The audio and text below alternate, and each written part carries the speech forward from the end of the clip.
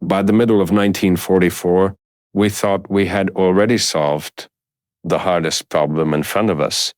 We had two paths to a bomb, and both seemed, on paper, to be converging towards success. The first path used uranium-235, separated out from natural uranium through an enormous, expensive effort at Oak Ridge, Tennessee.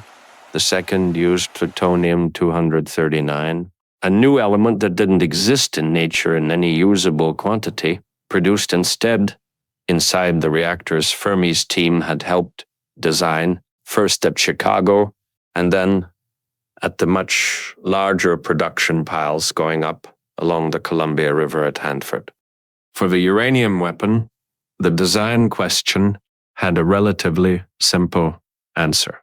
You take two subcritical pieces of uranium-235 and you fire one into the other fast down a gun barrel so that the combined mass suddenly exceeds critical mass and a chain reaction begins. This became what we called Thin Man, and later, in its simplified final form, Little Boy. Straightforward in concept, difficult in engineering, but not a problem we lost sleep over by 1944. We assumed reasonably that the exact same gun-type design would work for plutonium as well. Different fuel, same basic mechanism. Most of the theoretical work through 1943 proceeded on that assumption, and the entire early design of the plutonium weapon was built around it. Then, in the spring of 1944, a chemist working under Emilio Segrè made a discovery that threatened to unravel the entire plutonium half of the project. And it is a story that almost nobody outside Los Alamos knew about at the time, and that most people, even now, have never heard properly explained. Segre's group was studying the plutonium coming out of the reactors, and they found something deeply troubling buried in the isotopic composition. Plutonium produced in a reactor isn't pure plutonium-239. Some of the plutonium-239 atoms sitting inside the reactor for extended periods absorb an additional neutron before they can be chemically separated out and become a heavier isotope, plutonium-240. And plutonium-240 has a property that plutonium-239 does not share, at least not nearly to the same degree. It undergoes spontaneous fission, nuclei simply splitting apart on their own without any external neutron triggering them, releasing stray neutrons into the surrounding material at a steady, unavoidable background rate. For the uranium gun-type design, this kind of background neutron emission wasn't a serious problem because uranium-235 has a comparatively low rate of spontaneous fission, and the assembly speed of the gun mechanism, while fast, didn't need to outrun much of a threat. But for plutonium contaminated with plutonium-240, the spontaneous fission rate was high enough to create a genuinely dangerous problem, one that Segre's measurements made unmistakably clear by April of 1944. Here is the physics of why it mattered so much. In a gun-type weapon, you're bringing two subcritical masses together relatively slowly by nuclear standards. The projectile piece travels down the barrel over a period of roughly a millisecond before the two pieces fully merge into a supercritical mass. If even a single stray neutron happens to strike the assembling material and trigger a chain reaction before the two pieces are fully joined together, the reaction begins prematurely. While the material is still in a partially assembled, far less efficient geometry, instead of the clean, powerful detonation you designed for, you get what we came to call a fizzle, a weak, disappointing release of energy that blows the weapon apart before most of the fissile material has had any chance to react, wasting almost the entire effort that went into producing it.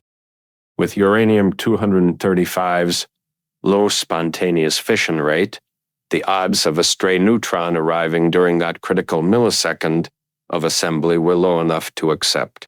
With plutonium-240 contamination sitting inside your plutonium core, spontaneously spitting out neutrons far more frequently, the odds of a premature initiation during a gun-type assembly became unacceptably high. Segre's team calculated that a gun-type plutonium weapon would very likely fizzle essentially every time, well before you could ever hope to trigger it correctly. I remember the moment this result reached me fully, because it meant something much larger than a single design flaw. It meant the entire plutonium production effort, Hanford, the reactors, the chemical separation plants, an industrial undertaking that had already consumed enormous resources, and nearly 2 years of effort was, as things stood, aimed at producing a fuel that could not actually be used in the only weapon design we had built around it. And there was no clean way to purify the plutonium and simply remove the plutonium-240. Chemically, plutonium-240 are identical.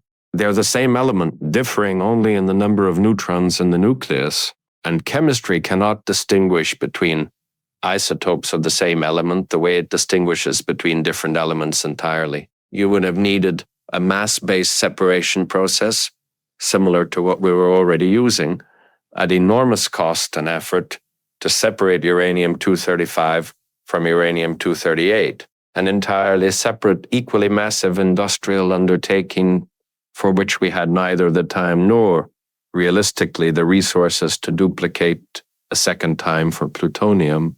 This is where the debate began, and it was as serious a debate as anything I oversaw during the entire war.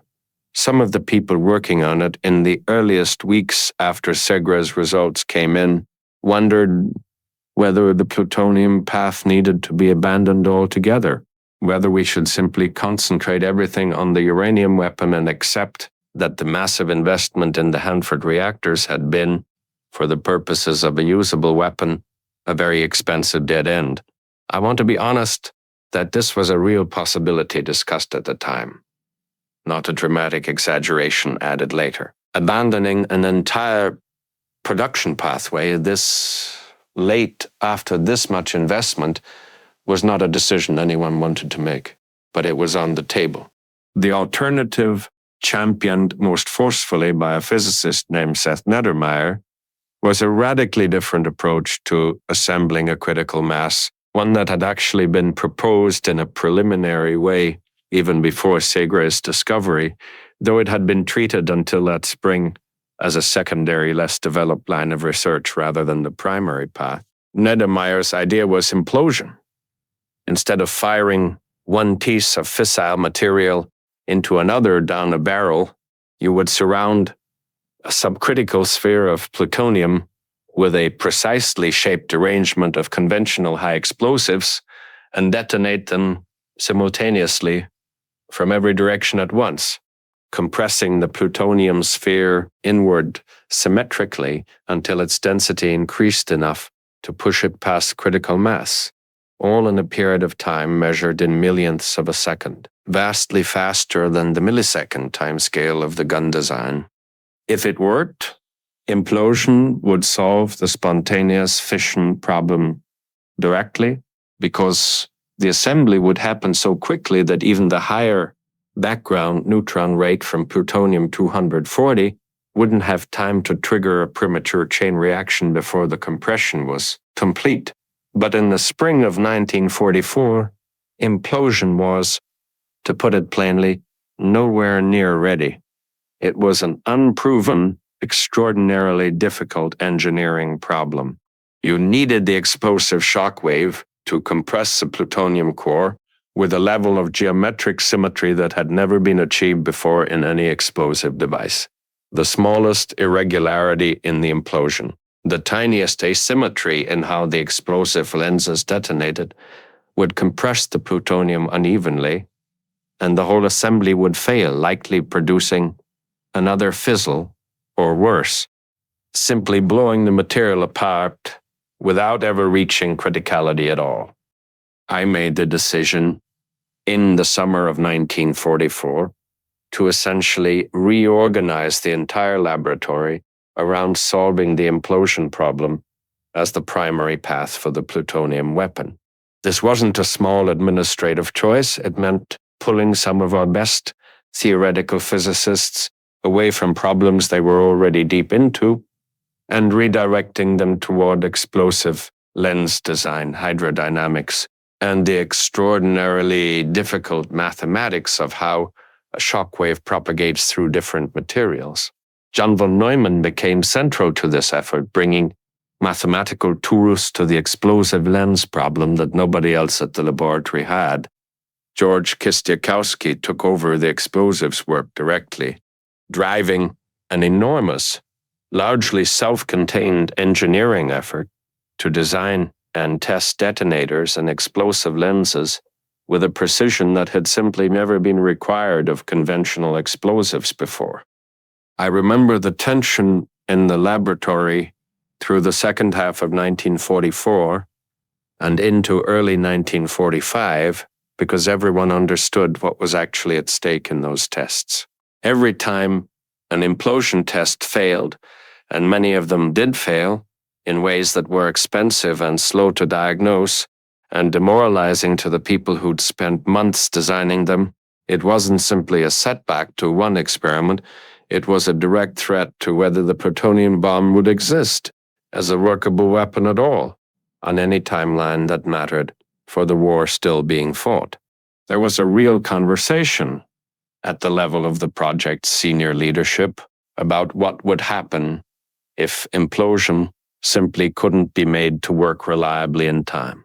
Some of that conversation involved General Groves directly because the schedule and resource implications reached well beyond the laboratory itself. If implosion failed, and failed decisively, the honest assessment was that a workable plutonium weapon might be a year or more away from where the uranium weapon already stood, and the entire Hanford production effort would have to be reevaluated in light of that delay. A year, in the context of a war still being fought in the Pacific in 1945, was not an abstract cost. It was measured in the minds of the people making these decisions in a currency far more serious than money or scheduling. What ultimately turned the implosion problem from a desperate gamble into a workable design was a combination of theoretical insight and relentless engineering iteration through late 1944 and early 1945, better mathematical modeling of how the explosive lenses needed to be shaped to produce a genuinely spherical symmetric shockwave, extensive experimental testing using X-ray photography to actually observe implosion symmetry in real time, and a level of manufacturing precision in the explosive components that Kistiakowsky's team pushed for relentlessly, component by component, until it actually held up under testing. By July of 1945, we had enough confidence in the implosion design to attempt the Trinity test using a plutonium core assembled through exactly this method. Trinity worked. It worked as well as, in some respects, better than we had allowed ourselves to hope for through the darker months of that debate the year before. The uranium gun-type design, little boy, was considered reliable enough by that point that it was used at Hiroshima without ever being tested at all. An extraordinary decision in its own right, but one made possible only because the physics of the uranium weapon had never carried the same spontaneous fission problem that plutonium had forced us to confront. I think about that year often, more than people might expect, because it's a part of the story that gets compressed in most retellings into a single sentence. Plutonium required implosion, uranium didn't. But living through it, it never felt like a single sentence. It felt like watching an entire production effort, an enormous fraction of the country's wartime industrial capacity. Hang on whether a group of physicists and engineers could solve a shockwave symmetry problem that had never been attempted at that level of precision before. on a timeline dictated by a war that was not going to wait for us to be certain. We solved it. But for most of 1944, nobody in that laboratory could have told you with confidence that we would.